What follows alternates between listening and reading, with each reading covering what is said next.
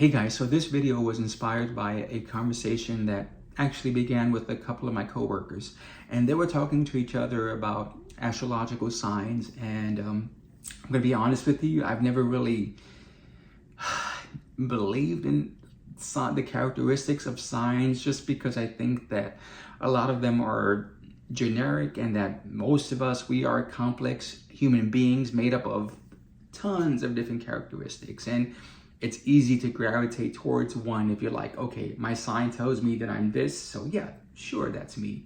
When really that characteristic could apply to any of us, right? So again, that's just me.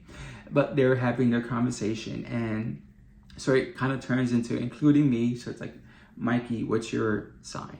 So I'm a Scorpio, and so they start reading my characteristics, and here's a part of what they read.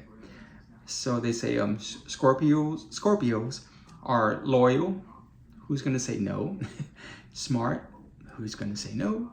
Shrewd. Who can't find their way there, like especially like in certain situations.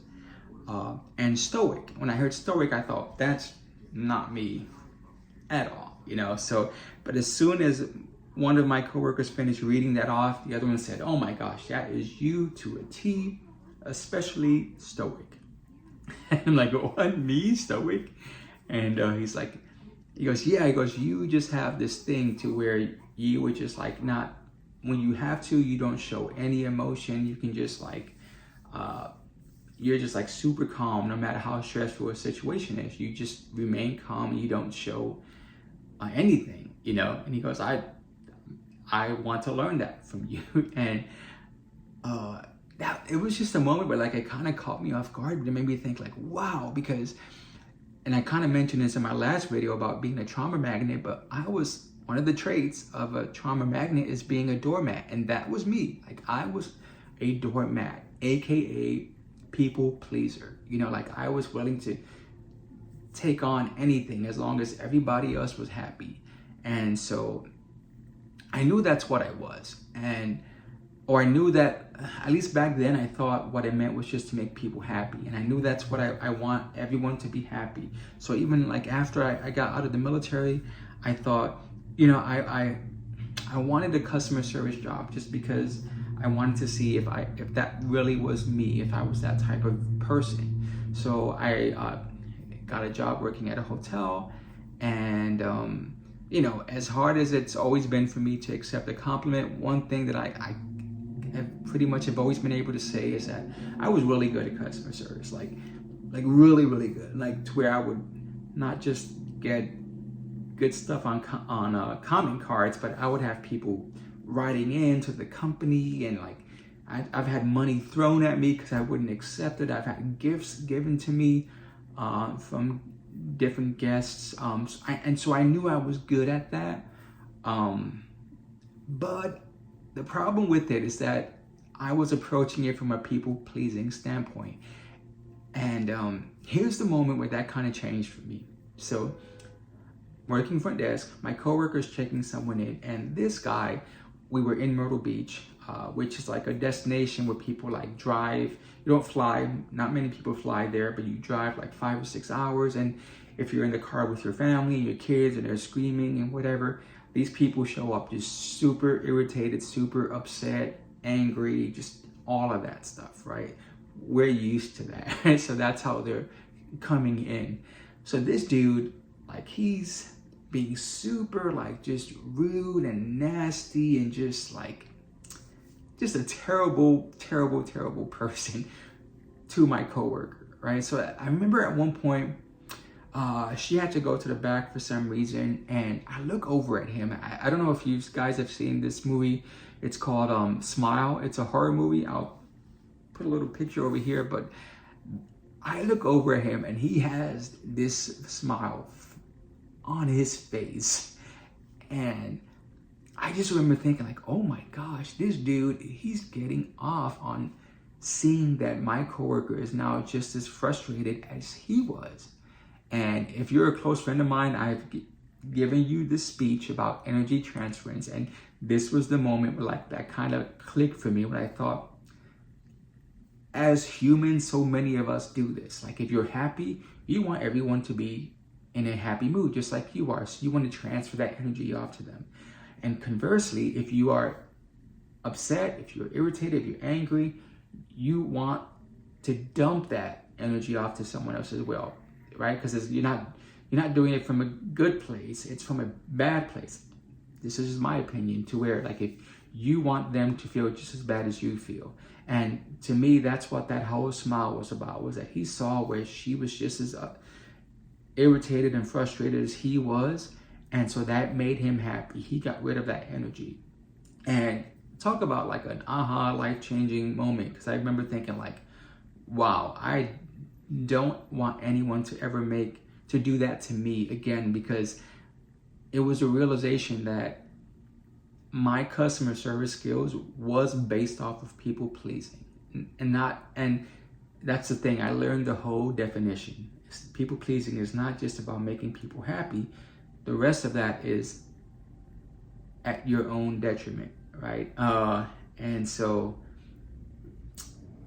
that's when I realized that I didn't want to be that type of person that I had been. Like to me, it didn't matter. I would bend the rules, I would break the rules, I would do whatever it took to make this customer happy, even if I had to suffer any consequences that would arise from that.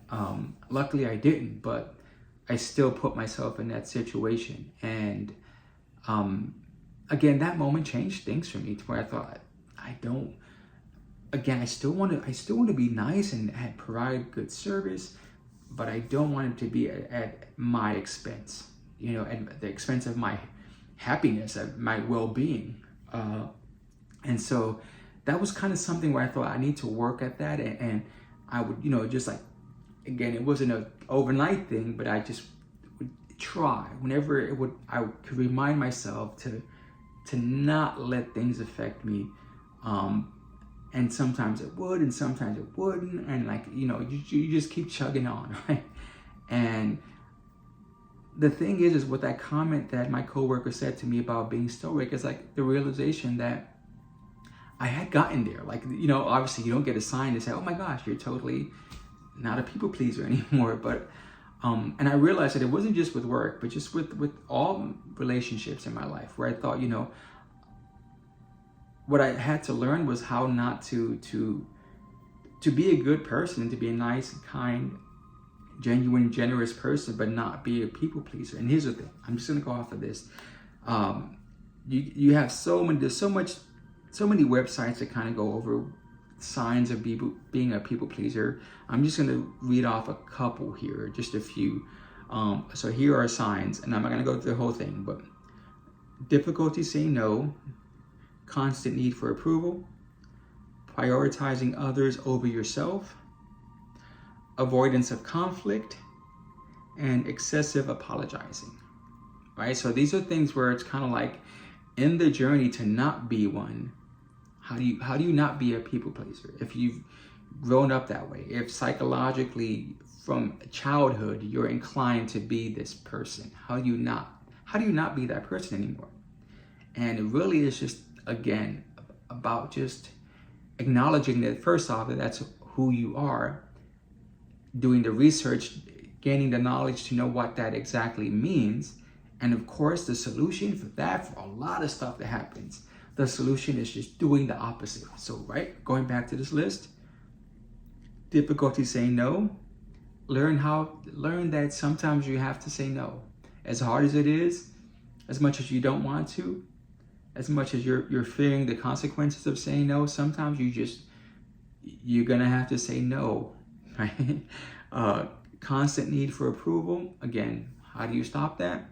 Stop looking for approval. And that doesn't mean that you don't care about what people think and you don't want to be the best person that you can be, but it's not leading your life with that goal of getting someone's approval. You can be kind and generous, and you can get people's approval without the need for getting their approval, if that makes any sense. Like, without that being the driving factor of why you are who you are.